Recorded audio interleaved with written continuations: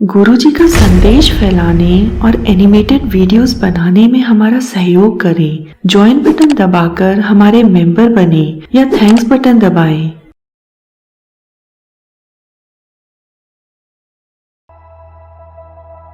9 पौ का समय था जब गंगू रसोइये ने गुरु गोबिंद सिंह जी से बिछड़े उनके छोटे साहिबजादे और माता गुजरी जी को धोखे से वजीर खान को पकड़वा दिया था।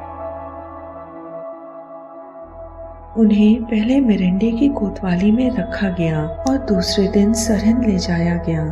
उन सबको सरहिंद में ले जाने से पहले एक पीपल के पेड़ के नीचे बिठाया गया ताकि उनकी पहचान की जा सके कि यह दोनों ही गुरुजी के पुत्र हैं। छोटे साहिबजादों की पहचान के लिए सुच्चा नंद को बुलाया गया।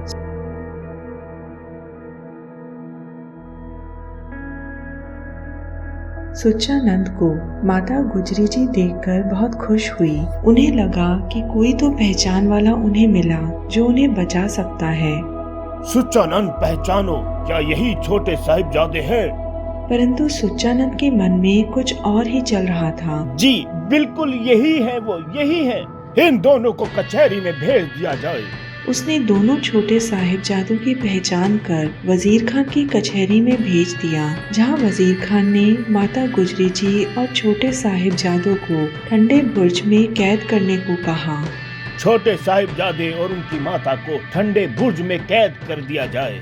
ठंडे बुर्ज में पौ के महीने में चारों तरफ ठंडी हवाएं चलती थीं। वजीर खान ने माता गुजरी जी और छोटे साहिबजादों का हौसला तोड़ने के लिए सारी सरहिंद में मुनादी करवा दी।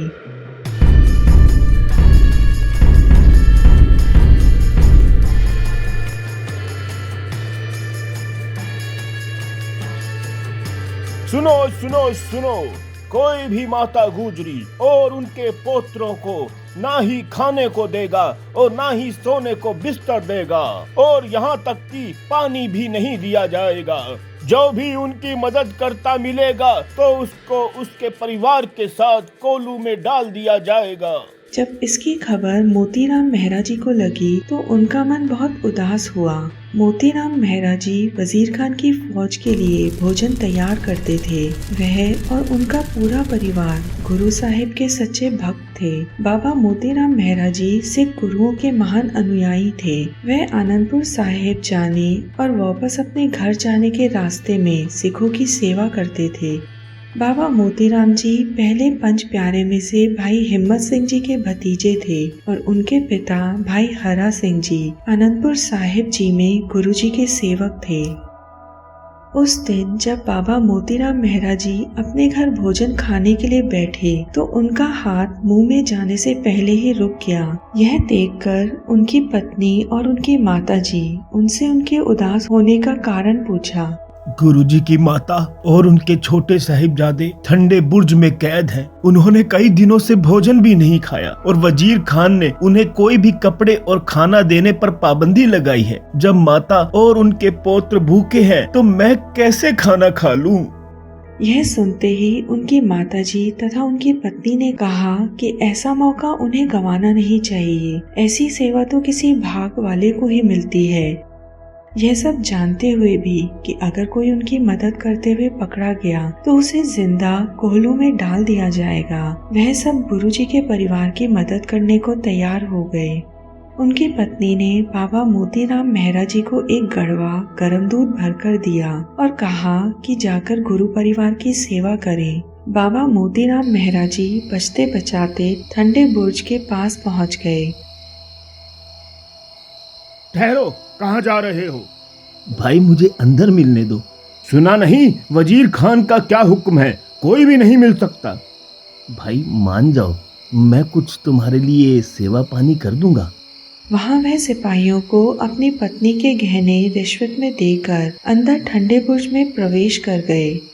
अंदर पहुंचकर उन्होंने माता गुजरी जी को अपने बारे में बताया और कहा, माताजी मैं आपके लिए और दोनों साहिबजादों के लिए दूध लाया हूँ। माता गुजरी जी और दोनों साहिबजादों ने गर्म दूध पिया और मोतीलाल मेहरा जी को खूब आशीष दी। इसी तरह मोतीराम मेहरा जी 3 दिनों तक उनके लिए गर्म दूध लेकर आए। उन्होंने सिपाहियों को रिश्वत देने के लिए अपना घर और जमीन जायदाद दोनों बेच दी। वजीर खान ने अपनी क्रूरता दिखाते हुए दोनों छोटे साहिबजादों को दीवार में चिनवाकर शहीद कर दिया। गंगू रसोइये का भाई पम्मा भी बाबा मोतीराम मेहरा जी के साथ वजीर खान की रसोई में काम करता था।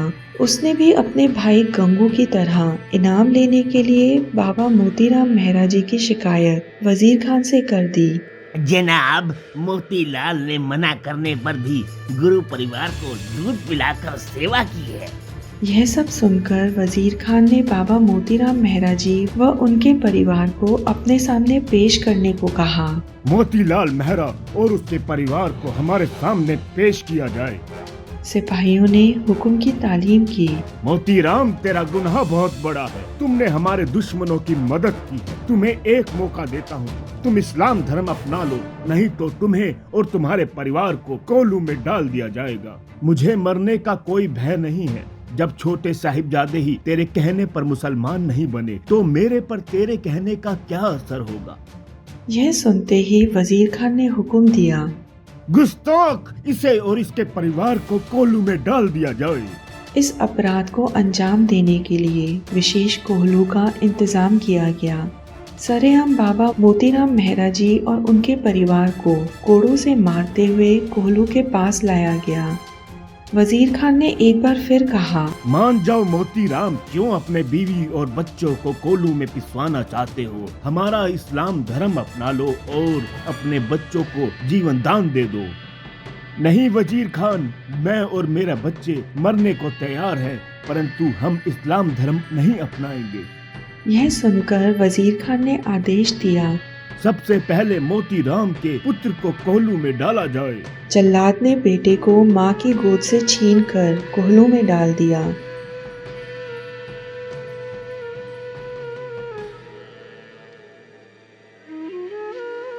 मोतीराम, अभी भी वक्त है, अपनी जिद छोड़ दे, मेरी बात मान ले, तेरा बाकी सारा परिवार बच जाएगा।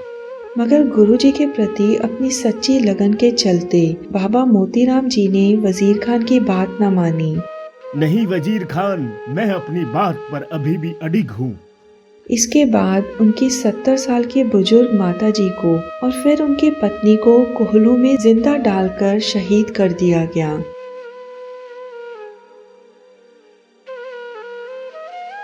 यह सब देखकर आसपास खड़े लोगों की आंखों से आंसू टपकने लगे। वजीर खान ने अपना अपमान होते हुए देखकर एक बार फिर मोतीराम मेहरा जी को इस्लाम धर्म कबूलने को कहा, परंतु इस बार भी उन्होंने साफ इनकार कर दिया। मुझे मरना कबूल है, ना कि जुल्म के आगे झुकना। इसके बाद उनको भी कोहलू में डालकर शहीद कर दिया गया। इस प्रकार गुरुजी के सच्चे सेवक बाबा मोतीराम मेहरा जी और उनके परिवार ने अपनी शहादत दी। जहां बाबा मोतीराम मेहरा जी को वजीर खान ने शहीद कर दिया था, वहां उनकी याद में गुरुद्वारा बाबा मोतीराम मेहरा जी स्थित है।